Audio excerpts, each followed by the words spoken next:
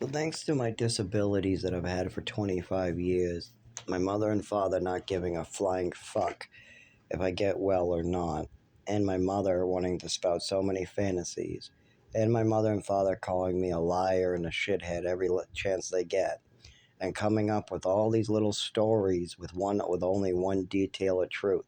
Like they find a can of whipped cream that's flat. That's it. And there's a big story to come after. I win a swimming medal in an orphanage, but they've never seen it before, so a big fantasy comes after. My mother gives me pills and I'm getting side effects from those pills, but my mother wants to spread fantasies after.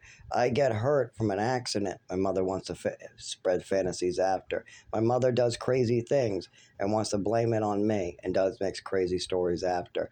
My mother's getting in trouble for some of the things she's doing, so she has to come and take evasive action, and I have to suffer from that. So there's all that stuff going on. And if you're thinking, well, of course, that must have caused you problems during your childhood. Of course it did. But I have one thing going for me. I put 110% into everything, and it's done a lot of good. Now, sometimes I get hurt. Sometimes I'll stretch for something, run after something, or do something at 110%, and I get hurt.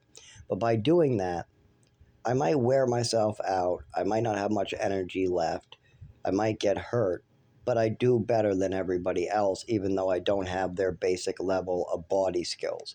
Like, for instance, there was a football game in high school. Now, I went to a special needs school, but there was enough kids on our side versus their side. Now, the other side had more athletic kids, but all these kids are lazy bums.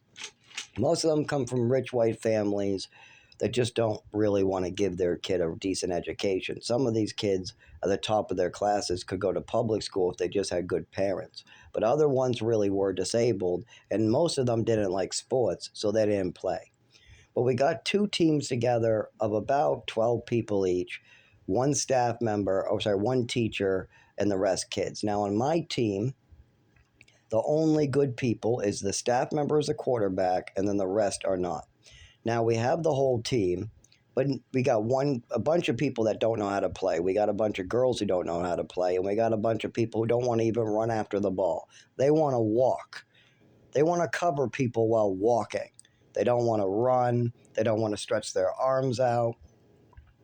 Now it is fall. It's a little early, and it's actually a warm, maybe only about 50 degrees. I'm wearing a lot of protective gear because I knew this was going to be today, but I am having trouble aiming my body. When I go to catch the ball, my hands aren't closing on time, my arms aren't moving like I want them to move.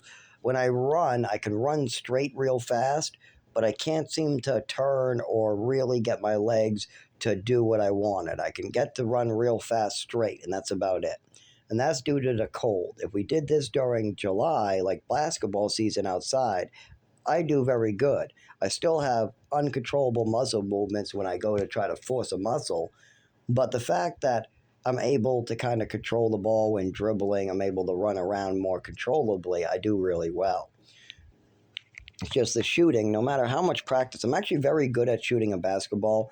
If I take my medication, like epilepsy medication, and it's warm out, I can shoot just fine. But that requires people giving me medical care. Without the medical care, what I wasn't receiving during childhood, doesn't matter how much practice I get. I'm good at shooting a basketball, but if I can't keep my arm from spasming, it doesn't matter. So, how do I overcome this disability with it being cold out? I can run straight and I can wave my arms around, but not really the catch or at the right timing. So I can't time it for a catch, and I can't quite time it, but I'm able to. I work 110%. I run real fast. I have a great brain. I'm very smart, and I'm able to outthink all of these special kids. So the other team has more athletic people who know how to catch a ball, and that's it. But they're lazy.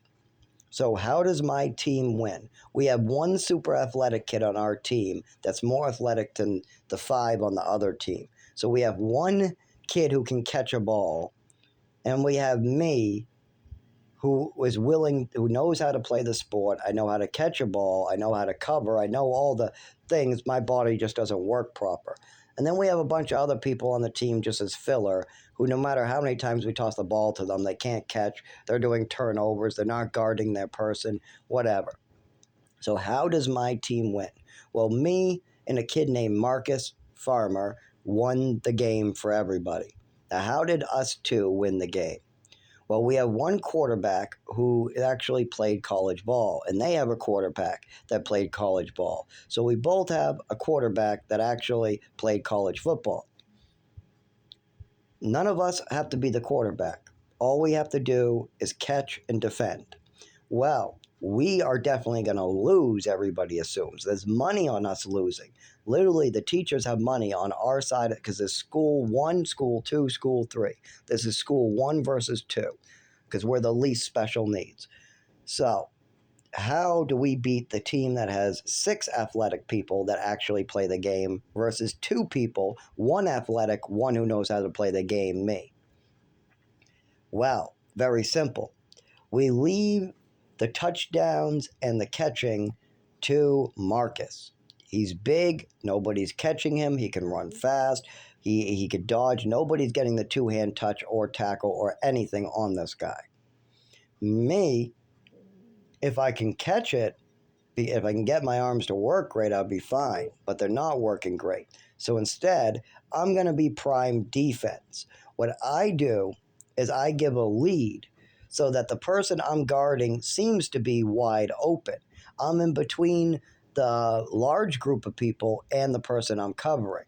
So if the ball goes to the person I'm covering, I come out of nowhere, I either intercept or I just block it out of nowhere before it even gets close to him. Before it's even 2 feet close to his hands, I'm already in the air smacking the ball down.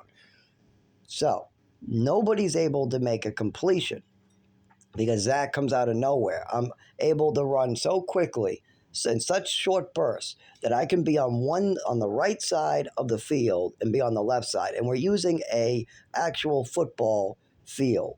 It's a football field, not a soccer field. It's a soccer field, but we're playing football, the actual throw and touch football. So they're not able to get any completions, no matter how good their quarterback is. I come out of nowhere right in front of the ball, and they don't even get a chance to catch it. They have to run forward. What they don't understand is they got to go to the ball. See, they're waiting for the ball to come to them. That's how most of these people are trying to catch the ball. Well, a couple of these athletic people on the other team are realizing to go forward to the ball a little bit. But they realize too late, I'm making interceptions, I'm blocking and I'm spiking them on the ground. There's even one where the ball's coming down and there's 2 people on the other team, 1 person on my team, and they're all fighting over the position to get the ball. They're all trying to get in front of it. And I just come out and smack it out. I say, okay, that's 4th down, our ball anyways. And my teammate is like, Zach, I could have got that. Yes, you could have got it, and the other 2 other teammates could have got it. So I just made sure nobody got it. Now it's our ball. Simple. Let's win this the slow and easy way. I keep anybody from scoring. Marcus scores. We win. And it worked. It ended up becoming like 3-0. The other team did not score once. They almost made 1 score, and then I came out of nowhere again, every single time. But I was really shaked up. I was on the side taking a break 4 different times during this game to catch my breath because I was all over the field while everybody else just picked their nose standing there waiting for the ball that came to them. And of course, even though we only had 2 people on a team of like 10 actually playing, on a team of about 5 people actually playing of 10. So you had 5 people actually athletic playing a game on one team, and you had 1 person athletic on my team, and then just me, somebody who's willing to do the extra work. And we still won because of my plan. I got together with our quarterback. Everybody was playing.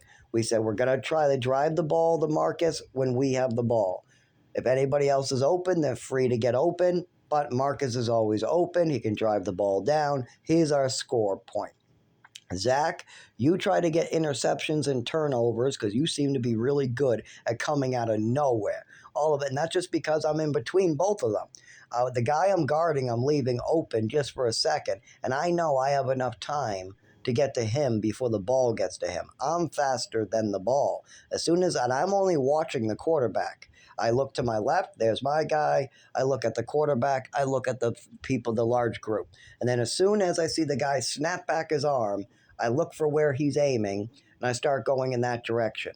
Then the ball gets out of his arm and starts leaving his hand. By then, I'm already running in a certain direction.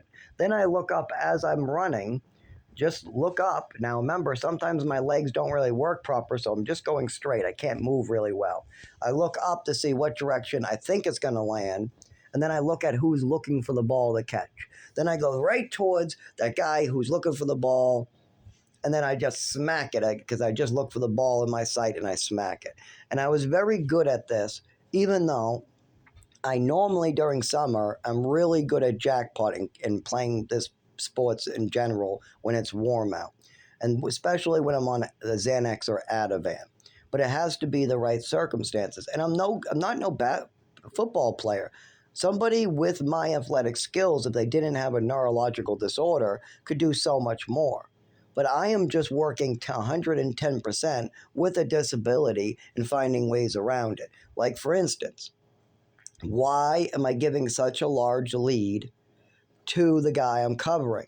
Because if I cover him tight, he'll just outmaneuver me. He'll walk to the left, walk to the right, and he'll get loose of me when the ball is about to come to him. And no matter what I do, my nervous system is going to fuck up. He's going to go right, then left, then right, up, down, left. And then I'm going to go right, out. My legs and arms are fucked up. So that's not going to work for me. Guarding him tight is not going to work for me.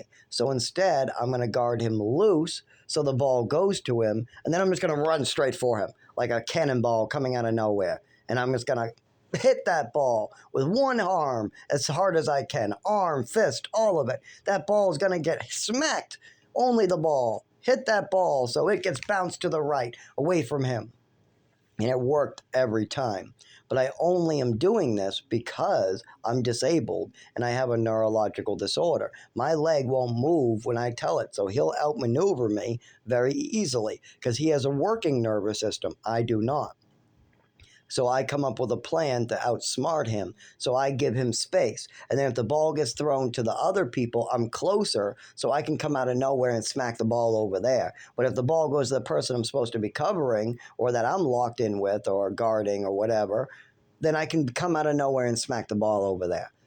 The only thing I'm better at is working with my disabilities, working with the downsides of my body, and putting it to my advantage.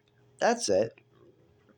When I'm playing basketball, I know that if I try to shoot the ball, my arm will twitch, and even though I have it perfectly lined up, it'll go the opposite of where I'm aiming it. I'll be aiming it straight, and it will go someplace else because my arm will go someplace else. When I try to push my arm straight forward, it will go in a twitchy motion. So that causes the ball to go in a twitchy motion, and that's a problem. So now I know this. I know when I shoot the basketball, I have the skills to do it. I have the skills to shoot, but 1 out of every 5 shots will have a spasm in it. Or I should say more than that. Probably 2 out of every 3 shots will have a spasm in it. So yeah, I could make that shot, but there's no way to tell if my disability is going to get in the way. Now, 90% of the time it does. So instead, I'm going to dribble the ball all around these assholes. I'm going to try to get it to somebody who can shoot.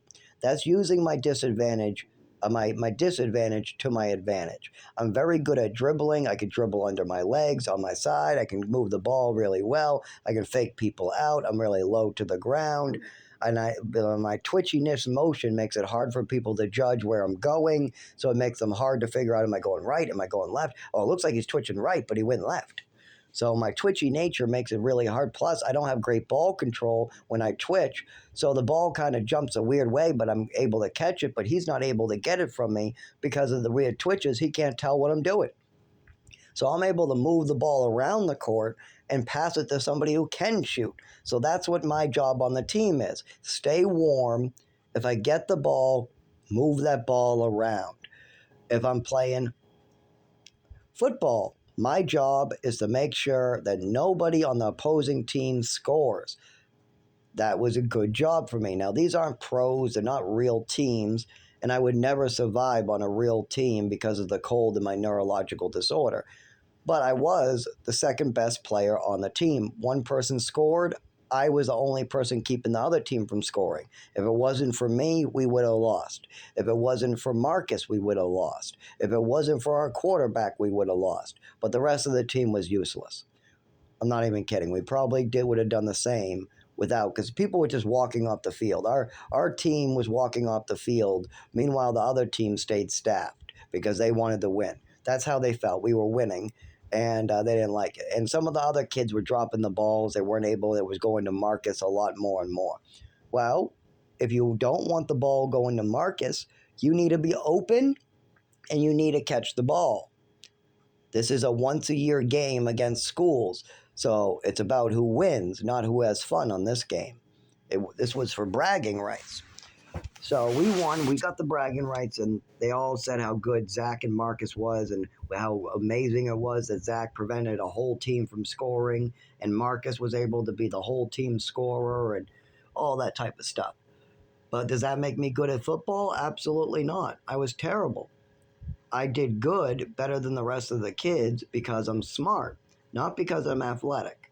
It's because I came up with a plan beforehand and I knew what my disabilities were. I knew that I could not move my arms and legs properly all the time. I still didn't know what to call it.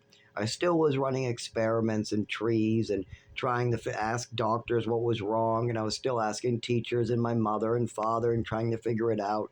But every time my mother would just mislead me, lie to my father, lie to doctors, confuse me, bring me to the wrong type of doctor, or lie about the overdose, lie about the medicine, say she forgot what they're called, what she forgot what I was on. She doesn't remember. She doesn't want to drive me. We don't need to know that. I know better than everybody. No, Zach, we're not doing that. We're not looking into that. You don't need that health care. You don't, no, we're not having you come off your medicines. No, we're going to put you on more medicines, blah, blah, blah, blah, blah. So it was impossible for me to ever get help with my disability. Still to this day, I have to live life with a disability and I'm not allowed to talk about it. If I try to talk about it with my boss after I have a seizure, I cannot go back to work until I get medical treatment. If I try to get medical treatment with a doctor and get my disability documented and established so I can go back to work, I'm not allowed to because my father and mother already paid money to hide it. If I try to drive, I will go to jail because I have a disability that will cause an accident and I don't have it diagnosed. So I have a disability, but I'm not allowed to talk about it or have it. Now, yes, every human being is allowed to be disabled, but me. Why? Because my mother and father have lied about my disabilities, have hid my disabilities, and moved me around the country while I was disabled. When you do something like that, it really fucks your son up good, so he's not allowed to work, use shelters, get medical care, things like that. So I'm just allowed to live in the woods like a chipmunk, or I can harm myself for money and lie that I don't have a disability. I can pretend like I'm normal until I have a seizure, and then the game is over, and then I have to find another job. Then I find another job. I try to pretend to be normal until I have another seizure or fall or twitch, and then I have to find another job. So I could do that, but I'm just going to get more injured on the way as well. Plus, the emergency rooms will need answers, and I can't lie. There is no lie to hide a disability. There is no lie. So I can't lie about my disability like my mother and father did. I mean, if they give me a bunch of money, maybe I could. I mean, if I had a benefactor like my mother did, who was willing to give me money to go hide a disability and maybe, do whatever dream I want or whatever, maybe I could hide my disability. But eventually I would be on my own and my disability would be apparent. So it doesn't work. No matter how much money my father gives me, my disability still has to be established. People still have to know that I'm disabled and why. That's it. Zach has a disability. That's it. And it's not the disability that everybody, well, not everybody, that my mother and father try to claim it as. Nobody believed them. By the way, my father said, "You're not disabled. Your mother and father are lying." My sister goes, "I don't believe that he's really disabled." But other people said, no, he is very clearly disabled. No, he really clearly is something wrong with Zach. So it made everybody very confused. My parents are calling me disabled in a way that is very untrue. But yet I am very visibly disabled. So I definitely have some type of disability, but nobody knows what the fuck it is. They just think I'm weird or something. And my mother and father are making up stories and lies about my disability. And the family, like my brother, my sister, the family members, they know my mother and father are lying to Social Security and doctors. So they go, no, Zach is normal. He's not disabled. My mother and father are just lying about it. But then other people, like the teachers, are going, no, there's really something wrong with Zach. He really is disabled. And then my mother says, oh, it's just a mental illness. And then people go, well, no, it's not a mental illness. There's something else going on. And then everybody just gets all confused. Well, here's the truth. My mother gave me an overdose at age 7, caused a neurological disorder and damage to my nervous system. Then she wanted to lie about that permanent disability and call it other types of disabilities to hide the truth. That way the blame could go on somebody else. So as long as my mother kept on making up disabilities about me that are in the mental range, then it's my fault for being disabled. As long as nobody realizes what my mother did to me, everything is hunky-dory. But the family knew that my mother was lying about these things, so they didn't know what to make about this. They thought it was wrong for the Social Security money to be paid out for a fake disability, and they wanted me to stop the disability. But I really was disabled, and I was telling my family I really am disabled. The teachers knew I really was disabled. They knew I was bumping in the furniture. They saw a sudden change in me. They know my speech changes. They know there's something wrong with my body. They have all seen this, but they don't know what to call it. And my mother says it's this disability, and he's autistic, and he's mentally ill, and he has this, and that's confusing the shit out of people as well. So half the people think I have no disability, and it's just all made up. The other half think I'm disabled, but they still think it's made up. And there's a whole group, my mother and father mostly, that think that this is all some mental made up thing by my mother. That my real disability is made up and my mother's fantasies are the truth. That I'm just some crazy, mentally ill, serial killer, burning house person, and oh my God, that type of thing. So, you got all this going on. Well, what's the truth? My mother was mentally ill. She drugged a child and destroyed the child's nervous system. She used drugs to shut up her child, and then when she got caught and she did damage to her child's body, she used drugs to get away with it. She made up mental illnesses so nobody would pay attention to her son's real disability. As long as my mother was making up disabilities, nobody would ever figure out what the real disability was. So she used to confuse people by making up disabilities, try to get money from Social Security for made up disabilities, and a lot of family members knew that she was lying and making stories. So they did not like my mother getting Social Security for lies and made up stories, and they wanted that to stop. But they also did not know that I had a real disability called a neurological disorder. They just knew I bumped into things, my coordination sucked, I was twitchy, I had speech impediments, I had problems talking here and there, just weird stuff like that. But they had no clue what it meant because my mother was lying to them, my father, me, the doctors, everybody. So with that going on, my real disability was buried and hidden. Meanwhile, my mother makes up fake disabilities to confuse everybody. So now at the age of 31, when I need help with my real disability, I'm not allowed to get help. I'm not allowed to drive. I'm not allowed to use shelters. I'm not allowed to work because my mother and father made up so many fake disabilities, and that's all anybody knows about. So now that I'm coming clean with the truth that my mother should have came clean with a long time ago, I just figured this out a couple, I don't know, 10 years ago. I had to put it together, but I had lots of the truth. I just didn't know what it meant. I didn't know what it meant for a mother to give her child a handful of medications that some of them were prescribed. And then at all these different events, you have these weird side effects, all these illnesses, overdoses. I didn't know that those were called an overdose until my 20s. I had no clue that those were the symptoms associated with an overdose to medications. If your child experiences an overdose from a mixture of psychiatric or opioid type medications, that are the symptoms that my mother and father witnessed, and the symptoms that my mother tried to hide from the doctors. And the damage that is done in an overdose like that is a neurological disorder, seizures, permanent damage to the nervous system and brain, breathing problems, lack of oxygen to the brain. These are the problems that happened at that point. So I know what happened that night now because I'm an adult who can look back on the situation. It's always been the same facts. It's always been the same thing I've been talking at the doctor's office. My father heard about this at age 7. I was given a bunch of pills. I lost my vision. I couldn't feel or stand up. I was asking for help. I was on the ground. I crawled over to a pile of newspapers and I passed out. It was like I lost all my senses. And my mother said that no, didn't want to bring me to the emergency room. She said, oh, I don't know. They don't know what they're talking about, and hung up on them and left me there.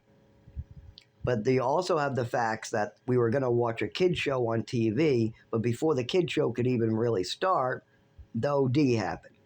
And I was given medications right before this. So we know the medications that my mother gave me is the cause of this illness. We know that's what caused whatever happened that day. And we know my mother did not allow me to get medical treatment after knowing I needed it. We have those facts. Well, why would a mother let her child suffer on a pile of newspapers when knowing that she has to bring him to the emergency room?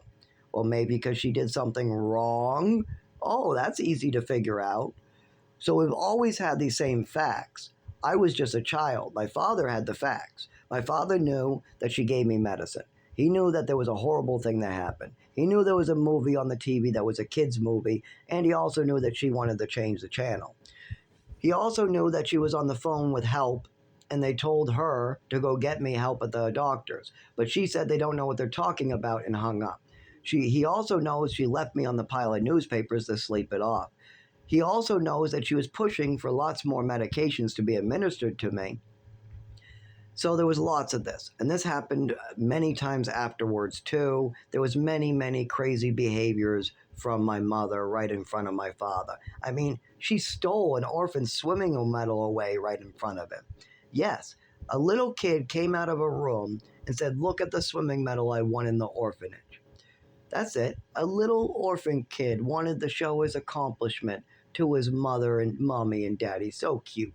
Oh my God, so cute. A little 5-year-old orphan kid has a swimming medal in his Legos, pulls it out, goes over to his mommies and daddies and goes, look at what I won in the orphanage. And it has his little old name on it. Oh, his little orphan name on it, ZG, so cute. And what did they do about this? What do they do about this cute, loving kid who wants to show his accomplishments to his mom and dad? What do they do? Oh, they make up a fantasy, call him a liar, call him a thief, steal the child's medal right out of his hand, say that why are you writing your old name on things, start saying he has attachment disorder, start pushing medicines on him.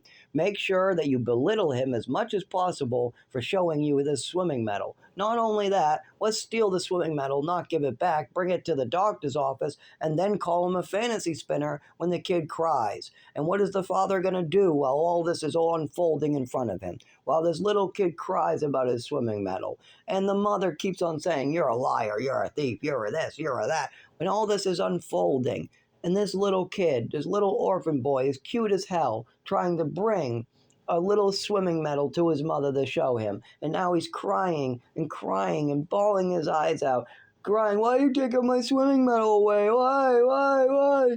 And the mother's saying, because you're a liar and you're a thief. This medal must belong to an athletic African-American kid. This can't belong to you because I didn't see you win it. So it can't belong to you. And look at this name, ZG. That's your old name. So now you're trying to get back at me. You're always out to get me, the mother says. All this crazy stuff is unfolding. What does the father do? The father sits there quietly and goes, oh, you shouldn't have stole the medal, Zach. Instead of really realizing that this might be a horrible thing to do to a child, instead of really acting like an adult here and go asking questions and trying to figure out where the medal really came from, and the only person that really knows that answer is the child. So you need to ask questions of the child. Well, where did this medal come from? Who gave it to you? Who wrote the ZG on it? Spend a couple days asking about the medal. No. Instead, they're going to act like children, belittling a 5-year-old. You got grown adults in their 60s belittling a little tiny 5-year-old, 6-year-old child for winning and showing them a swimming medal. A good thing. This is a great good thing. And this is the problem with my mother and my father. My mother goes off the rails, does crazy things, and then my father just sits there and lets it happen. Like, for instance, at school, at the age of about 15 or so, I helped out and I did a really good deed at school. I can't remember what the good deed was, but the teacher's aide on the side of the teacher called me over and said, "You did so good today. I want your parents to know that you did a great job." So I'm going to write a letter. I'm going to write a letter home saying you did a great job. I'm going to have you read it, and if it sounds good, you're going to bring it home to your mom, okay? I say, sounds good. So he writes out the letter, he reads it to me, and then I read it, and I say, oh, that's great. She's going to love that. I did a good job, blah, blah, blah. It's all worded perfectly great, good news, whatever. I don't think much of it. The teacher's aide doesn't think much of it. It's just a good note saying I did a good job, that I did extra effort for the class that day. I put the letter in my bag. I go, oh, good, I'm going to get a pat on the back for this one or something. I'm always going the extra mile. I'm always extra honest. I'm always extra good. I'm always being extra helpful. The programs love me. My teachers love me. My coworkers and classmates love me. They pick on me, but they love the fact I'm willing to help them and do things for them. So everybody's loving me, and I did such good today, so this is going to be a great day. So I get home. I get off the bus. I give the note to my mother. Then I'm down backstairs getting a popsicle or something, and she goes, "Come right here. Get right in front of me." Yes. And I go, what the fuck is wrong with my mother? So then I go, and I stand in front of my mother, and she goes, "What is this about you doing terrible at school today?" And by the way, I'm the only kid in the whole history of this fucking middle school that's ever had a mother writing notes home. That's for preschoolers, not for adults. None of these schools have ever heard of a mother like mine. They're all like, what the fuck?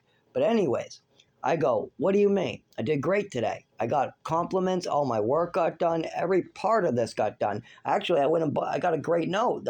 Did you? Oh, you haven't read the note yet. Read the note. That's what I'm talking about. Yeah, I did great, didn't I? No. I go, what are you reading? I read this. I goes, yeah, that note says I did good. It clearly says that right on the letter. She goes, yeah, but if you move this word over here and you change the phrasing to mean like this, then it means you did bad. I go, you can't do that with a note. You can't move things around and change the meaning of words. That's not how this works. You don't get to make up a story in your head and then make it sound true by moving things around on the page. That's not how the real world works. They wrote a letter telling you I did a good job. The words are put in that order for a reason. And if you want, you can call the school and they'll tell you I did a good job. You can call the school and they'll be happy to tell you that you're acting crazy. I'm going to do more than call the school. I'm writing them a note. How dare they say you did a bad job? I don't understand this note. Mom, it's a good note. It says I did a good job. It's very easy to understand. I understand it. The teachers understand it. My classmates understand it. The teacher themselves understand it. Everybody in this total planet understands it as it's written exactly on that letter. It's only when you move things around and start acting like a crazy person that people don't understand it. Then things don't make sense. But if you just read the letter as it's written, it makes perfect sense. I did good. I went the extra mile. They're giving me praise. They want you to know I did good. That's simple. No, that can't be it. They wouldn't write good things about you, Zach. I'm writing a letter tomorrow. So she writes a letter. She seals it all up. She gives it to me and says, make sure this goes to your teacher. I don't want this lost. I go, oh, I'm going to make sure they get this all right. So I get the letter, I put it in my bag. I get to school the next day. I give the letter to my teacher. The teacher reads it. She's horrified. What the fuck is wrong with Zach's mother? So then she gives the teacher, what the hell is wrong with Zach's mother? Zach, get over here. I get out of my seat. And I go, yes. They said, how could your mother write such a thing? Did something happen at home? Did you do something at home? Because we don't understand this. Your mother says you did your mother's mad that we wrote a bad letter. We have the letter right here. Zach did a wonderful job in school yesterday. It was today. He helped out with the other students when they were struggling. And those struggles were difficult for the other students, but because of Zach, it was easier. How is that bad? How is that bad? I don't know. She moved the struggle word around. She tried to act like I was the one struggling. I don't know. My mother just twisted everything around and made it bad. Yeah, no, but this letter very clearly says you were good. You helped out other students that were struggling. You did a wonderful. How did your mother do this? I go, let me explain it to you this way. When you write something good about me, if I win a swimming medal, it means I'm a liar and a thief and I have attachment disorder and I need drugs. If I help another student in class and the teacher writes down, Zach did a good job in class, I'm an evil kid hurting other students. That's how my mother thinks. It's that simple. There's nothing I can do about it. I've gone through this since childhood. My mother does these nuts, loony things. But we have notes right here. Your note says, Zach, you did a great job. And then this note your mother sent back this morning, it makes no fucking sense. She's acting crazy. We're going to call home and call your mother. I said, please do. Maybe you could talk some sense into her because I can't. My brother can't. My sister can't. My father doesn't want to. So maybe you can. So this Worcester teacher gets her hands full. Oh my God, she has no idea. She thinks that this is going to be an easy call. It must be some misunderstanding. No, she has no clue what she's in for. So anyways, I get home from school. My mother's pissed off. She's angry. She already done with the phone call. I don't like those fucking teachers of yours. I don't want you going back there, but you have to go back. But I don't want you going back there. Anyways, so of course, my mother was told off about her crazy shit and to stop it. The next day I go to school and they say I was right. They go, you were right about your mother. She really is a nut. She really does really go off the rails. We try to tell her that you're doing a good job and she got mad at us. We told her that we wrote a letter telling your mother that you are doing good in school and she got mad at us that you're doing good. It's almost like she only wants us to talk about the bad. We don't know what's going on with your mother, but she's a nut, and I'm so sorry for you. You poor kid to have a mother like that.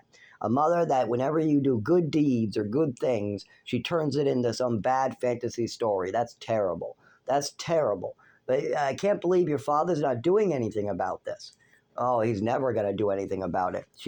I could be dying in the next room from being poisoned and he's not going to do a damn thing. I could be sick, vomiting in a trash can for 3 weeks with my mother trying to force more pills into me, telling me I need to take more pills as I vomit and I bleed and things like that, and he would do nothing. Absolutely no. You poor kid.